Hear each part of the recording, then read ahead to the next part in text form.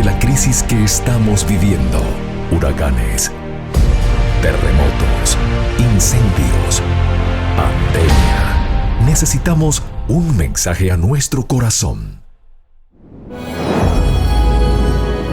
Ministerio al pequeño rebaño. Reciban un saludo de parte de su amigo el pastor Miguel Tirado. Hoy con otro episodio al pequeño rebaño. En esta ocasión el capítulo 11 del libro Hechos de los Apóstoles. Este capítulo se titula El Evangelio en Samaria y me acompaña el pastor Orlando González, y quiero invitarles para una oración. Eterno y amado Padre, desciende para traer tu Santo Espíritu para darnos entendimiento, sabiduría y comprensión de tu palabra. En el nombre de Jesús. Amén. Amén. Después de la muerte de Esteban, se levantó contra los creyentes de Jerusalén una persecución tan violenta que todos fueron esparcidos por las tierras de Judea y de Samaria. Saulo asolaba a la iglesia entrando por las casas y trayendo hombres y mujeres los entregaban en la cárcel.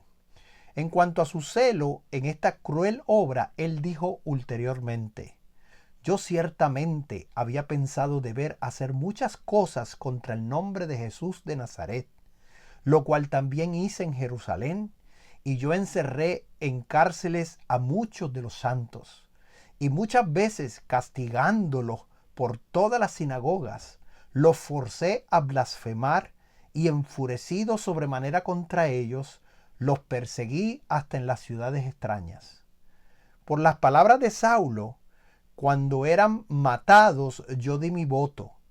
Puede verse que Esteban no era el único que sufrió la muerte. En este tiempo de peligro, Nicodemo confesó sin temor su fe en el Salvador crucificado. Nicodemo era miembro del Sanedrín y con otros había sido conmovido por las enseñanzas de Jesús. Al presenciar la maravillosa obra de Cristo, se había apoderado de él la convicción de que éste era el enviado de Dios. Por cuanto era demasiado orgulloso para reconocer abiertamente su simpatía por el maestro Galileo, había procurado tener una entrevista secreta. En esta entrevista, Jesús le había expuesto el plan de salvación y su misión en el mundo. Sin embargo, Nicodemo había seguido vacilante, ocultó la verdad en su corazón y por 3 años hubo poco fruto aparente. Pero aunque Nicodemo no había reconocido públicamente a Cristo, repetidas veces había desbaratado en el Sanedrín las maquinaciones de los sacerdotes de destruirlo. Cuando al fin Cristo fue crucificado, Nicodemo recordó las palabras que le había hablado en la entrevista nocturna en el Monte de las Olivas. Como Moisés levantó la serpiente en el desierto, así es necesario que el Hijo del Hombre sea levantado, y vio en Jesús al Redentor del mundo. En compañía de José de Arimatea, Nicodemo había sufragado los gastos de la sepultura de Jesús. Los discípulos habían temido mostrarse abiertamente como seguidores de Cristo, pero Nicodemo y José habían acudido osadamente en su auxilio. La ayuda de estos hombres ricos y honrados era grandemente necesaria en esta hora de tinieblas. Ellos habían podido hacer por su Señor muerto lo que hubiera sido imposible para los pobres discípulos, y su riqueza e influencia los había protegido en gran medida de la malicia de los sacerdotes y gobernantes. Cuando los judíos trataron de destruir la naciente iglesia, Nicodemo salió en su defensa. Libre ya de la cautela y dudas anteriores, estimuló la fe de los discípulos y empleó su riqueza en ayudar a sostener la iglesia de Jerusalén y en llevar adelante la obra del Evangelio. Aquellos que en otros días le habían rendido homenaje, ahora le despreciaban y perseguían. Llegó a ser pobre en los bienes de este mundo. No obstante, no vaciló en la defensa de su fe. La persecución que sobrevino a la iglesia de Jerusalén dio gran impulso a la obra del Evangelio. El éxito había acompañado la ministración de la palabra en ese lugar y había peligro de que los discípulos permanecieran demasiado tiempo allí, desatendiendo la comisión del Salvador de ir a todo el mundo, olvidando que la fuerza para resistir el mal se obtiene mejor mediante el servicio agresivo. Comenzaron a pensar que no tenían ninguna obra tan importante como la de proteger a la iglesia de Jerusalén de los ataques del enemigo. En vez de enseñar a los nuevos conversos a llevar el evangelio a aquellos que no lo habían oído, corría el peligro de adoptar una actitud que indujera a todos a sentirse satisfechos con lo que habían realizado. Para dispersar a sus representantes donde pudieran trabajar para otros, Dios permitió que fueran perseguidos, ahuyentados de Jerusalén. Los creyentes iban por todas partes anunciando la palabra. Entre aquellos a quienes el Salvador había dado la comisión y doctrinas a todos los gentiles, se contaban muchos de la clase social humilde, hombres y mujeres que habían aprendido a amar a su Señor y resuelto a seguir su ejemplo de abnegación y servicio. A estos humildes hermanos, así como a los discípulos que estuvieron con el Salvador durante su ministerio terrenal, se les había entregado un precioso cometido. Debían proclamar al mundo la alegre nueva de la salvación por Cristo. Al ser esparcidos por la persecución, salieron llenos del celo misionero. Comprendían la responsabilidad de su misión. Sabía que en sus manos llevaban el pan de vida para un mundo famélico, y el amor de Cristo los movía a compartir este pan con todos los necesitados. El Señor obró por medio de ellos. Donde quiera iba, sanaban los enfermos y los pobres oían la predicación del Evangelio. Felipe fue uno de los 7 diáconos. Fue de los expulsados de Jerusalén. Felipe, descendiendo a la ciudad de Samaria, le predicaba a Cristo. Y la gente escuchaba atentamente, unánime, las cosas que decía Felipe, oyendo y viendo las señales que hacía. Porque de muchos que tenían espíritus inmundos salían estos, y muchos paralíticos y cojos eran sanados. Así que había gran gozo en aquella ciudad. El mensaje de Cristo a la samaritana, con la cual había hablado junto al pozo de Jacob, había producido fruto. Después de escuchar sus palabras, la mujer había ido a los hombres de la ciudad y les había dicho: venid, ved un hombre que me ha dicho todo lo que he hecho. Si quizás este es el Cristo. Ellos fueron con ella, oyeron a Jesús y creyeron en él. Ansiosos de oír más, le rogaron a Jesús que se quedara con ellos. Por 2 días él se detuvo allí y creyeron muchos más por la palabra de él. Y cuando sus discípulos fueron expulsados de Jerusalén, algunos hallaron seguro asilo en Samaria. Los samaritanos dieron la bienvenida a estos mensajeros del Evangelio, y los judíos convertidos recogieron una preciosa mies entre aquellos que habían sido antes sus más acerbos enemigos. La obra de Felipe en Samaria tuvo gran éxito, y alentado en ello, solicitó ayuda de Jerusalén. Los apóstoles comprendieron entonces más plenamente el significado de la palabra de Cristo. Y me seréis testigos en Jerusalén y en toda Judea y Samaria y hasta lo último de la tierra. Mientras Felipe estaba todavía en Samaria, un mensajero celestial le mandó que fuera hacia el mediodía al camino que desciende de Jerusalén a Gaza. Entonces él se levantó y fue. no puso en duda el llamamiento ni vaciló en obedecer, porque había aprendido a conformarse con la voluntad de Dios.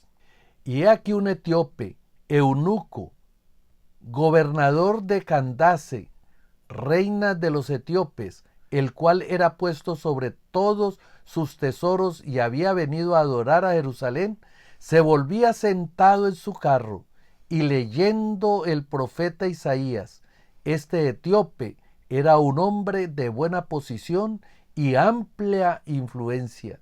Dios vio que una vez convertido, comunicaría a otros la luz recibida y ejercía poderoso influjo en favor del Evangelio.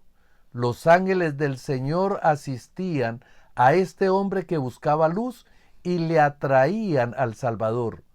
Por el ministerio del Espíritu Santo, el Señor lo puso en relación con quienes podían conducirlo a la luz. A Felipe se le mandó que fuese al encuentro del etíope y le explicase la profecía que iba leyendo. El Espíritu dijo: «Llégate y júntate a este carro». Una vez cerca, preguntó Felipe al eunuco: «¿Entiendes lo que lees?». Y él dijo: «¿Cómo podré si alguno no me enseñare?». Y rogó a Felipe que subiese y se sentase con él. El etíope leía la profecía de Isaías referente a Cristo, que dice: «Como oveja a la muerte fue llevado, y como cordero mudo delante del que le trasquila, así no abrió su boca. En su humillación su juicio fue quitado, mas su generación, ¿quién la contará? Porque es quitada de la tierra su vida». El eunuco preguntó: ¿de quién el profeta dice esto? ¿De sí o de otro alguno? Entonces Felipe le declaró la gran verdad de la redención.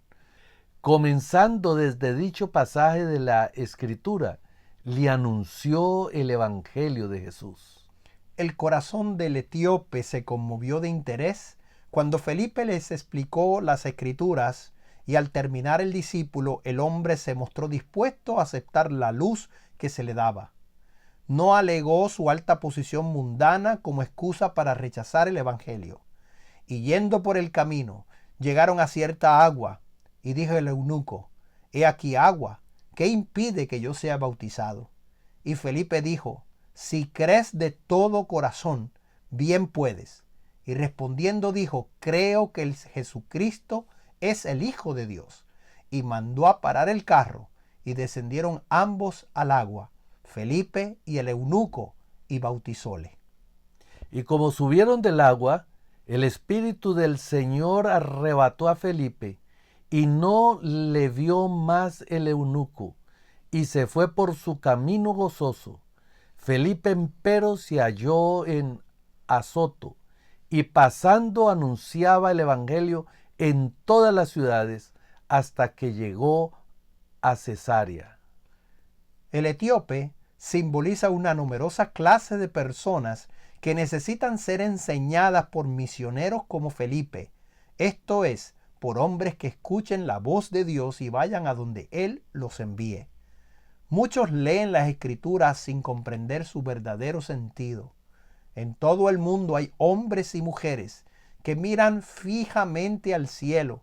Oraciones, lágrimas e interrogaciones brotan de las almas anhelosas de la luz en súplica de gracia y de la recepción del Espíritu Santo.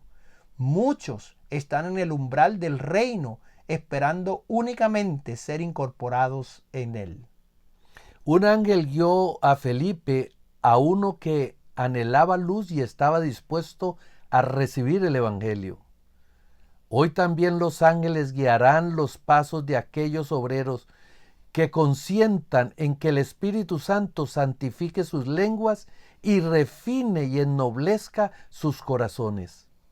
El ángel enviado a Felipe podría haber efectuado por sí mismo la obra en favor del etíope, pero no es tal el modo que Dios tiene de obrar. Su plan es que los hombres trabajen en beneficio de su prójimo. En la comisión dada a los primeros discípulos se hayan incluido los creyentes de todas las edades. Todo el que aceptó el Evangelio recibió una verdad sagrada para impartirla al mundo. El pueblo fiel de Dios fue siempre constituido por misioneros activos que consagraban sus recursos al honor de su nombre y usaban sabiamente sus talentos en su servicio. La abnegada labor de los cristianos del pasado debería ser para nosotros una lección objetiva y una inspiración. Los miembros de la Iglesia de Dios deben de ser celosos de buenas obras, renunciar a las ambiciones mundanales y caminar en los pasos de aquel que anduvo haciendo bienes. Con corazones llenos de simpatía y compasión, han de ministrar a los que necesitan ayuda y comunicar a los pecadores el conocimiento del amor del Salvador. Semejante trabajo requiere empeñoso esfuerzo, pero produce una rica recompensa. Los que se dedican a él con sinceridad de propósito verán almas ganadas al Salvador, porque la influencia que acompaña al cumplimiento práctico de la comisión divina es irresistible. Tampoco recae únicamente sobre el pastor ordenado la responsabilidad de salir a realizar la comisión evangélica. Todo el que ha recibido a Cristo está llamado a trabajar por la salvación de sus prójimos. Y el Espíritu y la esposa dicen ven, y el que oye diga ven. A toda la iglesia le incumbe el deber de dar esta invitación. Todo el que la ha oído ha de hacer repercutir este mensaje por valles y montes. Ven. Es un error fatal suponer que la obra de salvar almas depende solamente del ministerio. El humilde y consagrado creyente, a quien el Señor de la viña le ha dado preocupación por las almas, debe ser animado por los hombres a quienes Dios ha confiado mayores responsabilidades. Los dirigentes de la Iglesia de Dios han de comprender que la comisión del Salvador se da a todo el que cree en su nombre. Dios enviará a su viña a muchos que no han sido dedicados al ministerio por la imposición de las manos. Cientos, sí, miles que han oído el mensaje de salvación están todavía ociosos en la plaza cuando podrían estar empleados en algún ramo de servicio activo. A los tales Cristo les dice, ¿por qué estáis aquí todo el día ociosos? Y añade, id también vosotros a mi viña. ¿Por qué muchos más no responden al llamado? Es porque se consideran excusados por el hecho de no predicar desde el púlpito. Ojalá entiendan que hay una gran obra que debe hacerse fuera del púlpito por miles de consagrados miembros laicos. Largo tiempo ha esperado Dios que el espíritu de servicio se posesione de la iglesia entera, de suerte que cada miembro trabaje por él según su capacidad. Cuando los miembros de la iglesia de Dios efectúen su labor señalada en los campos menesterosos de su país y del extranjero, en cumplimiento de la comisión evangélica, pronto será amonestado el mundo entero y el Señor Jesús volverá a la tierra con poder y grande gloria. Y será predicado este evangelio del reino en todo el mundo, por testimonio a todos los gentiles, y entonces vendrá el fin. Querido hermano, querido amigo, la invitación en el día de hoy es clara. Juntos tenemos una tarea que realizar. Juntos debemos de ser poseídos del poder del Espíritu Santo. Iglesia, familias, de manera individual, debemos permitir que la gracia de nuestro Señor Jesucristo fluya a través de cada uno de nosotros, con una sola misión: la terminación de la obra y el cumplimiento de la misión. Ven y unámonos a ese grupo que ha de terminar la tarea contra el pecado y vivir por la eternidad al lado de nuestro Rey y Señor. les invito a orar.